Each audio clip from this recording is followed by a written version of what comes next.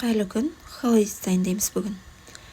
Алдымен үлкен ыдысымызға сыйрақтарымызды салып, үстінен су құйып қайната аламыз. Бір қайнағаннан кейін суын төксіп, сыйрақтарымызды жуып, қайтадан жаңадан су құямыз. Енді оны қайнатып, үстінен дәмдеуіштерімізді қосамыз.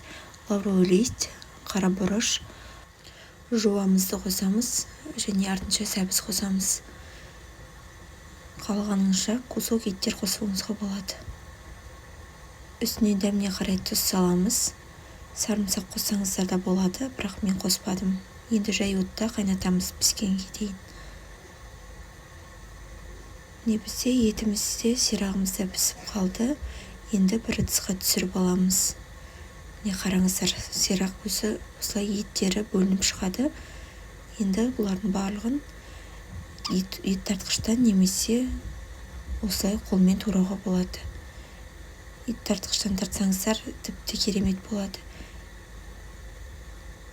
Енді барлығын осылай ұсақтап турап аламыз. Сарымсақ қоссаңыздар өте керемет болады. Менде балалар жемейтіндіктен сол үшін қоспадым. Мен сиырдың сирақтарын қолдандым.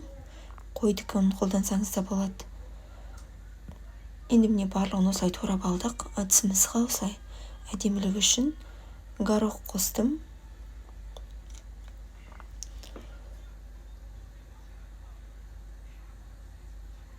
Сәбіз қостым, сары сәбіз. Содан кейін туралған сирақтарымызды саламыз.